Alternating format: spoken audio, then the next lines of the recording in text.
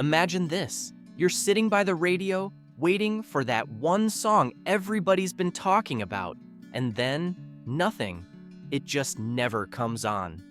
That happened again and again all through the 1960s, songs millions of people loved, quietly pulled from the airwaves. So get comfortable, because I bet you don't remember these 10 band songs from the 1960s.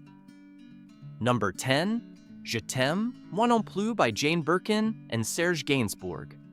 Closing out the decade was a song that many broadcasters considered simply too explicit to air under any circumstances.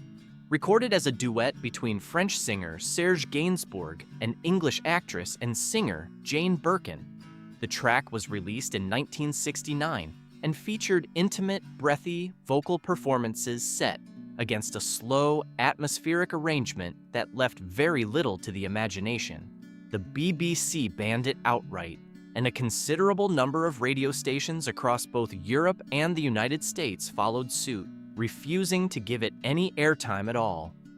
In a pattern that had become almost predictable by this point in the decade, the widespread controversy only fueled public curiosity, and listeners went out of their way to seek the record out in stores. The song went on to become an international commercial hit, despite, or quite possibly because of, being one of the most broadly banned recordings of the entire era, closing out the 1960s in much the same way the decade had begun, with broadcasters trying to draw a line that the public was determined to cross anyway.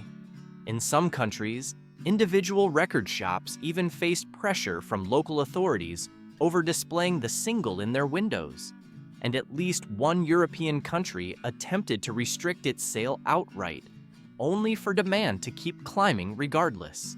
The song's success also helped make Jane Birkin a household name well beyond her earlier acting work, and it cemented Serge Gainsbourg's reputation as one of the era's most provocative songwriters, someone who seemed to treat controversy less as an obstacle and more as a natural byproduct of the work he wanted to make. 9. Street Fighting Man by the Rolling Stones.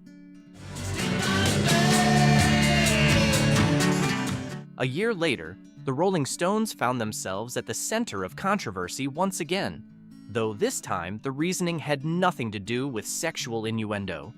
Released in 1968, the song addressed the wave of political demonstrations and civil unrest sweeping across cities in both Europe and the United States that year. Its release coincided almost exactly with the violent confrontations that broke out during the Democratic National Convention in Chicago, and several American radio stations grew concerned that airing a song seemingly celebrating rebellion and street-level confrontation could be seen as encouraging further unrest during an already volatile summer. A number of stations chose to boycott the track entirely, rather than risk the association.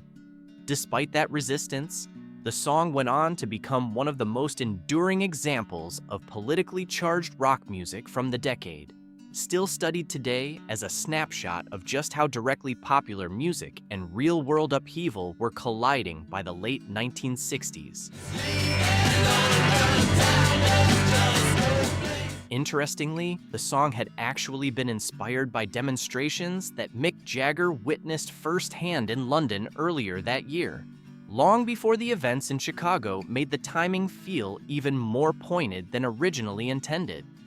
Some of the same stations that hesitated on the song's American release had no such reservations once it reached international markets, where it was welcomed onto playlists without nearly the same level of controversy, highlighting just how differently the same piece of music could be received depending on where and when it landed. The track eventually settled into the band's live set lists for years afterward, becoming a staple of their concert performances even long after the specific unrest that inspired it had faded from daily headlines, which speaks to how well the song managed to capture a feeling that outlasted the exact moment it was written about. Number 8, Let's Spend the Night Together by the Rolling Stones. I'm going red on my tongue, getting tired. Sometimes all it took to get banned in the 1960s was a suggestive title, and this 1967 release from the Rolling Stones proved exactly that. Numerous American radio stations refused to add the song to their rotation simply because of what the title implied, considering it too explicit an invitation for mainstream family listening at the time. The controversy became especially memorable when the band was booked to perform the song live on The Ed Sullivan Show, one of the most watched programs on American television. Producers insisted that the group alter the lyric before the broadcast, and so, in front of a national audience, lead singer Mick Jagger sang an amended version, referring instead to spending some time together, all while visibly rolling his eyes at the change he'd been forced to make. But I just can't apologize, oh no.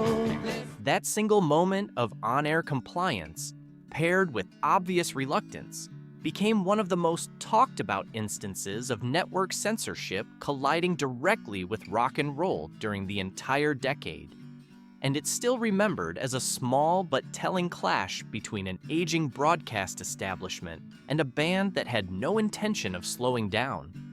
The song was actually released as a double-sided single alongside another Rolling Stones track, and in several markets, radio programmers chose to promote the other side instead, giving it far more airtime as a way of sidestepping the controversy altogether without having to turn away Rolling Stones fans entirely. Looking back, that Ed Sullivan appearance is often remembered today as one of the more amusing examples of how far network censorship was willing to go, even as the underlying song continued to sell strongly among listeners who managed to hear the original version through other means.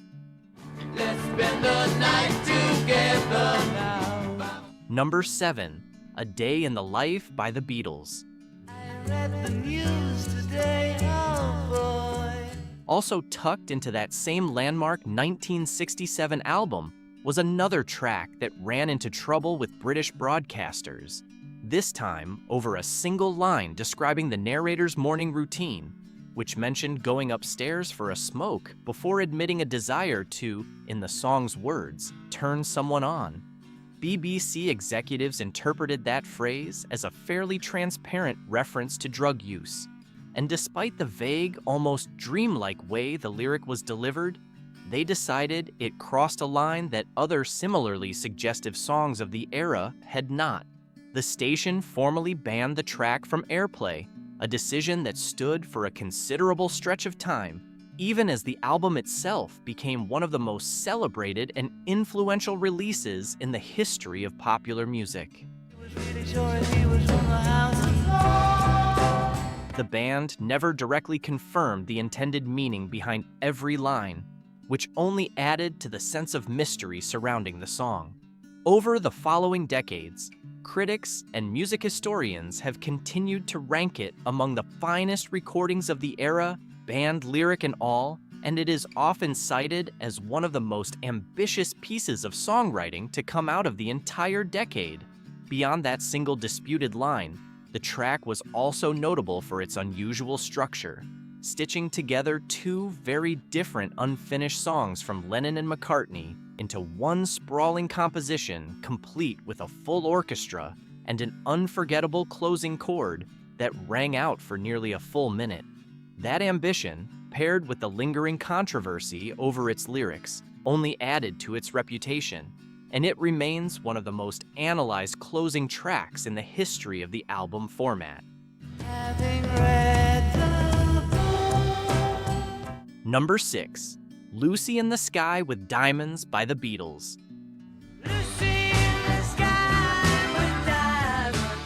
By 1967, the Beatles were no longer just a pop group. They were cultural figures whose every lyric was picked apart for hidden meaning. And this track from the Sgt. Pepper's Lonely Hearts Club Band album became one of the most talked about examples of that scrutiny. Broadcasters at the BBC and elsewhere quickly noticed that the first letters of the song's title spelled out a well-known hallucinogenic drug, and many assumed the entire song was written as a coded reference to that experience. As a result, the track was kept off the airwaves at several stations, particularly in Britain. John Lennon maintained for years afterward that the title actually came from a drawing his young son Julian brought home from school, depicting a classmate named Lucy surrounded by stars, and that the resemblance to the drug's initials was entirely coincidental. Picture yourself in a boat on... Whether audiences and broadcasters believed that explanation or not, the controversy did little to slow the song down commercially, and it remains one of the most recognizable and frequently discussed tracks from the entire Sgt. Pepper's album to this day. Paul McCartney later offered his own recollection of the song's origins as well, describing how much of the imagery grew out of the band's shared fascination with surreal, dreamlike storytelling rather than any single substance in particular. Regardless of which account listeners chose to believe, the debate over the song's true meaning became almost as famous as the song itself, and it's a discussion that music fans and journalists have continued to revisit in interviews and retrospectives for decades since the album's original release. Even after Lennon's explanation became widely known, some broadcasters remained cautious about the track for years afterward, treating the coincidence of the title as reason enough to keep it out of regular rotation, particularly on stations aimed at family audiences during daytime hours. Number 5, Society's Child by Janis Ian. Come to my door, baby. Few songs from this era caused as much personal difficulty for their creator as this one did. Written and recorded by Janis Ian, when she was still a teenager herself, the song told the story of a young interracial couple facing disapproval from family, friends, and the community around them. Recorded in 1965 and released more widely the following year, it dealt directly with racial prejudice at a time when the subject was still deeply uncomfortable for much of American broadcasting. Numerous radio stations across the country refused to air it, and Ian has spoken openly over the years about the backlash she personally experienced, including hostile reactions from audiences and threatening mail sent directly to her. Interestingly, not every station that avoided the song did so purely over its racial subject matter. Some program directors instead claimed they were uncomfortable airing such a mature theme performed by someone so young. Despite the resistance, the song eventually found its way onto the airwaves through the support of influential figures in the music industry, and it climbed to number 14 on the Billboard Hot 100. It remains one of the boldest and most personally costly statements to come out of the entire decade, a song that a teenager wrote and then had to defend, seemingly for years afterward. The turning point for the song's airplay is often credited to conductor and television host Leonard Bernstein, who featured Ian performing the piece on a nationally broadcast special dedicated to popular music, giving the song a level of mainstream exposure that many individual radio stations had been unwilling to provide on their own. Ian has since described those years as some of the most difficult of her early career, noting that the personal cost of the backlash stayed with her long after the song itself had faded from regular rotation, even as it continued to be remembered as one of the more courageous statements to emerge from the mid-1960s. Looking back, it's remarkable that a song written by someone still in high school ended up sparking such a serious national conversation about race relations, at a time when many adult songwriters were still avoiding the subject altogether out of fear of exactly the kind of reaction Ian eventually received.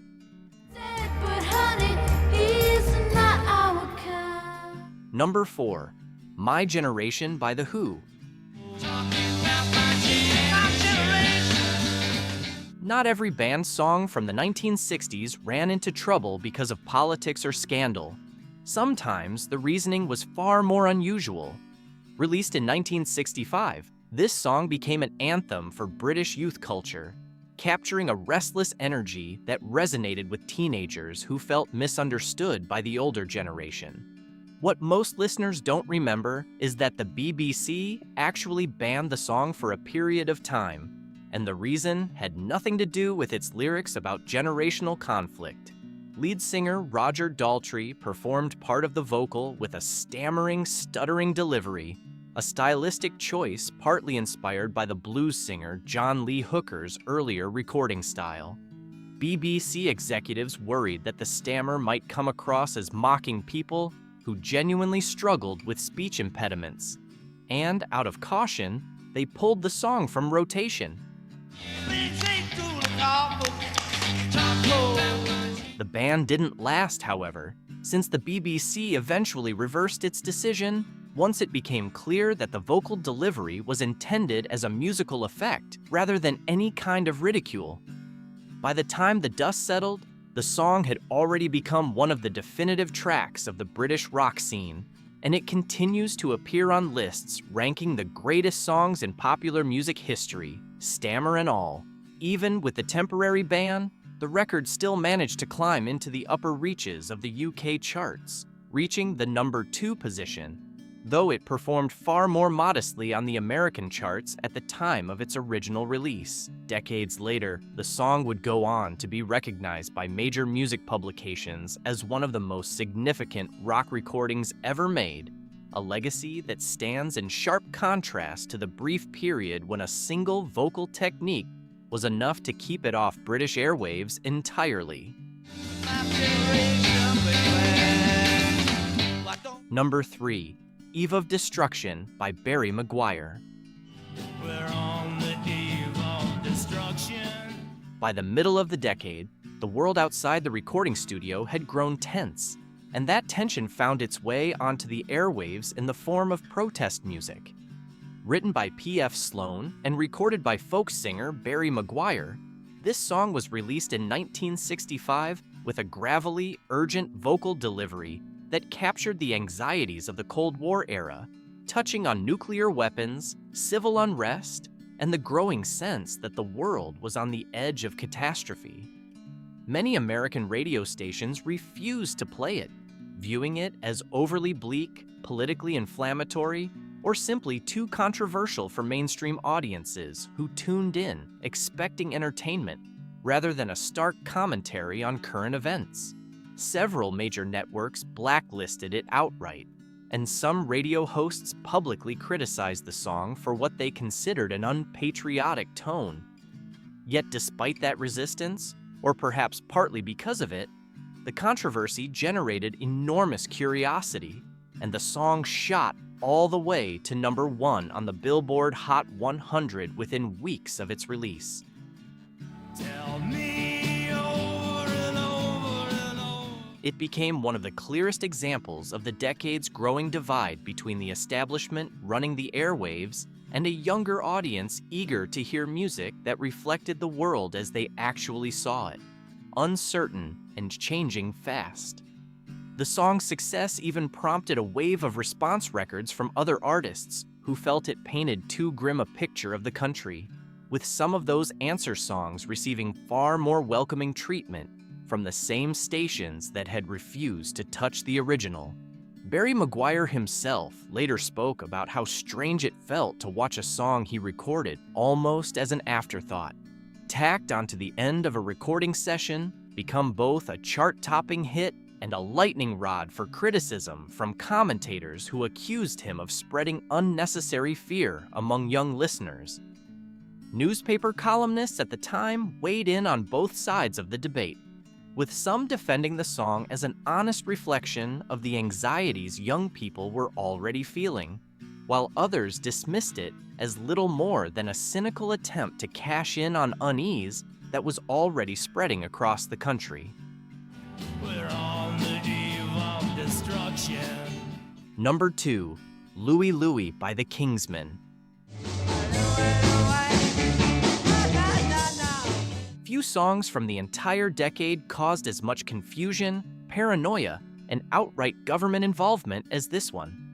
Originally written and recorded in the 1950s by Richard Berry, the song became a garage rock sensation in 1963 when a group of young musicians from Portland, Oregon, called the Kingsmen, recorded their own version in a single, rushed studio session.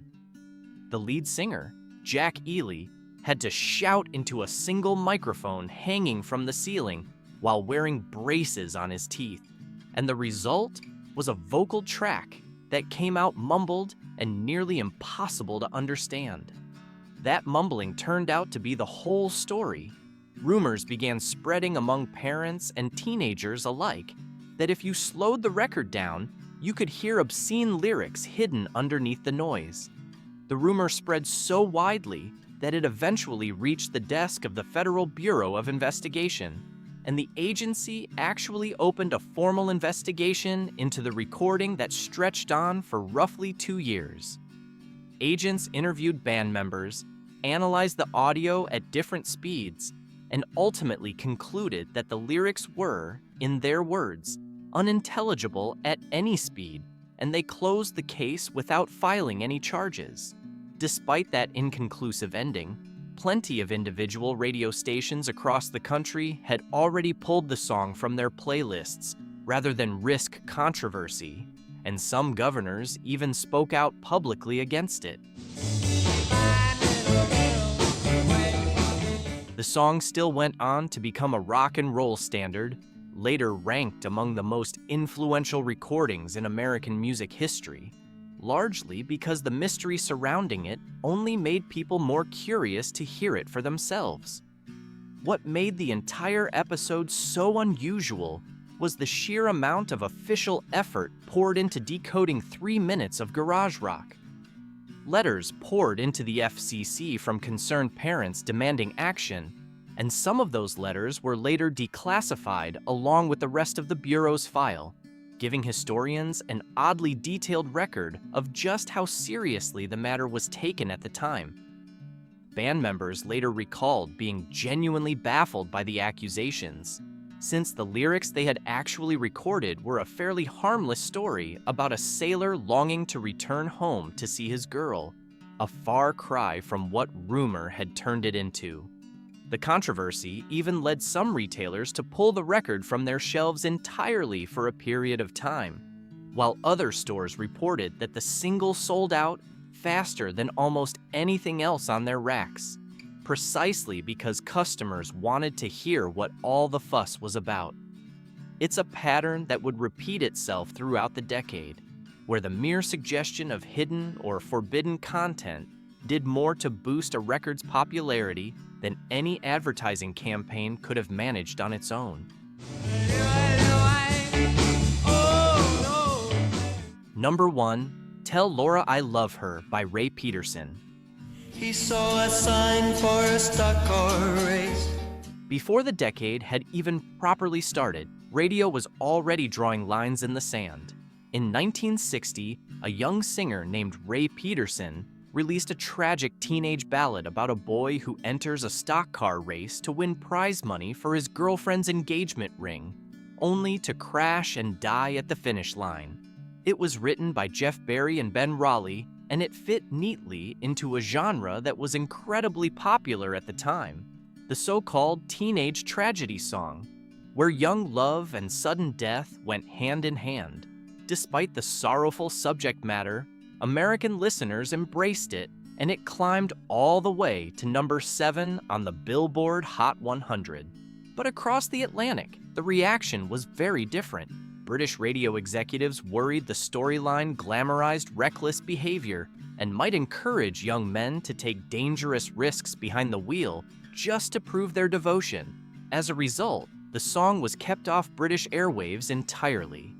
That didn't stop the British public from finding it, though. A cover version, recorded by a young Welsh singer named Ricky Valance, was released later that same year. And even though it faced the very same resistance from broadcasters worried about its message, it still managed to reach number 1 on the UK singles chart. Tell Laura I love her. It remains one of the strangest examples from the era, a genuinely banned song that still became a chart-topping hit through sheer public demand, proving that listeners often wanted to hear exactly what broadcasters were trying to keep from them. The teenage tragedy genre itself would go on to produce several more hits over the following few years, with other artists borrowing the same formula of young romance cut short by sudden disaster. But few of those later songs faced the same direct broadcasting resistance that greeted this particular record right out of the gate. For many listeners who grew up during that period, the song is remembered less for the controversy surrounding it and more for the way it captured a very specific kind of teenage heartbreak that felt enormous at the time, even if it now reads as almost quaint compared to what would follow later in the decade. It's worth remembering just how young the primary audience for this kind of record actually was. Teenagers who were buying their own singles for the first time and treating every heartbreak on the radio as though it mirrored something happening in their own lives, which is likely part of why broadcasters worried so much about the message getting through unfiltered. That cannot wait. And there you have it, 10 songs from the 1960s that were once considered too controversial, too suggestive, or simply too much for the radio waves of their time. Looking back now, it's remarkable to think that a stutter, a title, or a single suspicious lyric was enough to keep a song off the air, especially when so many of these tracks went on to become some of the most beloved recordings of the entire decade. It's a reminder of just how much the world has changed since then, and how the very songs that once made broadcasters nervous are now considered timeless classics. What's especially interesting is how many of these songs succeeded in spite of the bans, rather than because broadcasters eventually gave in, with curious listeners going out of their way to track down records that radio simply wouldn't play for them. Whether it was a mumbled lyric, a suggestive title, or a subject that felt too heavy for daytime radio, each of these 10 songs found a way to reach an audience anyway, and each one has managed to outlast the very controversy that once tried to silence it. If this trip back through the decade brought back some memories, or maybe even introduced you to a story you'd never heard before, let us know which of these songs stood out to you the most, and feel free to share which station you remember tuning into back then, or whether you ever managed to track down one of these records for yourself despite the ban. And if you enjoyed taking this walk down memory lane, do us a favor and hit that like button, subscribe to the channel, and turn on notifications so you never miss another look back at the music and moments that shaped a generation. Thanks so much for watching, and we'll see you in the next one.